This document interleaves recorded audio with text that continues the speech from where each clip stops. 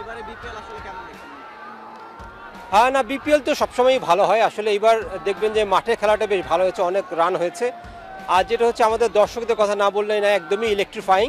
হ্যাঁ, আর আমার অভিজ্ঞতা যেটা বলি যে আমার কাছে মনে হয় ইন্টারন্যাশনাল ম্যাচ করার থেকে সবসময় আমার কাছে মনে হয় যে ডোমেস্টিক গেমে অনেক বেশি চাপ থাকে, একটা প্রত্যাশার চাপ থাকে, পারফর্ম করার চাপ থাকে।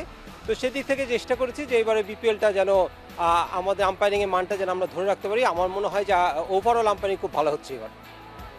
না, যেটা বললাম বাংলাদেশের দর্শকরা সবসময়ই আমি খুবই সাপোর্টিভ, যেটা আসে দল বেঁধে খেলা দেখতে আসে। এবং এবারে বিপিএলে আমার মনে হয় যে অন্যান্য বারের থেকে অনেক বেশি দর্শক ছিল এবং তাদের পার্টিসিপেশনটা ছিল। ক্রাউড যেটা যদি খেলার সাথে থাকে তাহলে আমরা এটা ভালো ফেস করি আর কি। আম্পায়ারদের জন্য কিছু কষ্ট হয়, তারপরেও যেটা বললাম আমাদের দর্শকদের কথা না বললে নয়। বাংলাদেশের ক্রিকেটটা এগিয়ে নিয়ে যেতে তাদের সাপোর্ট দরকার এবং তারা যে মাঠে এসে সাপোর্ট দিচ্ছে এটা খুবই আশাব্যঞ্জক। না, যেটা ধরেন যে এবার আসলে বিপিএলে আমাদের তো ফুল ডিআরএস ছিল। যখন আমরা ইন্টারন্যাশনাল ম্যাচে যাই এই ডিআরএসটা ফুল থাকলে আমরা একটা আসলে প্রপার এনভায়রনমেন্ট পাই এবং এতে করে কি হয় যারা আপকামিং আম্পায়ার তারাও তো উঠে আসতে পারে এবং আমরা যারা ইন্টারন্যাশনাল আম্পায়ার আছি এবং অনেকদিন ধরে করছি তাদেরও একটু অনেক কিছু কমিউনিকেশন থাকে যেগুলো আমরা এখানে আসলে প্র্যাকটিসটা হয়ে যায়। তো সেদিক থেকে ডিআরএস থাকার জন্য আমার মনে হচ্ছে আম্পায়ারিংটা একটা প্রপার এনভায়রনমেন্টে করা যাচ্ছে এবার।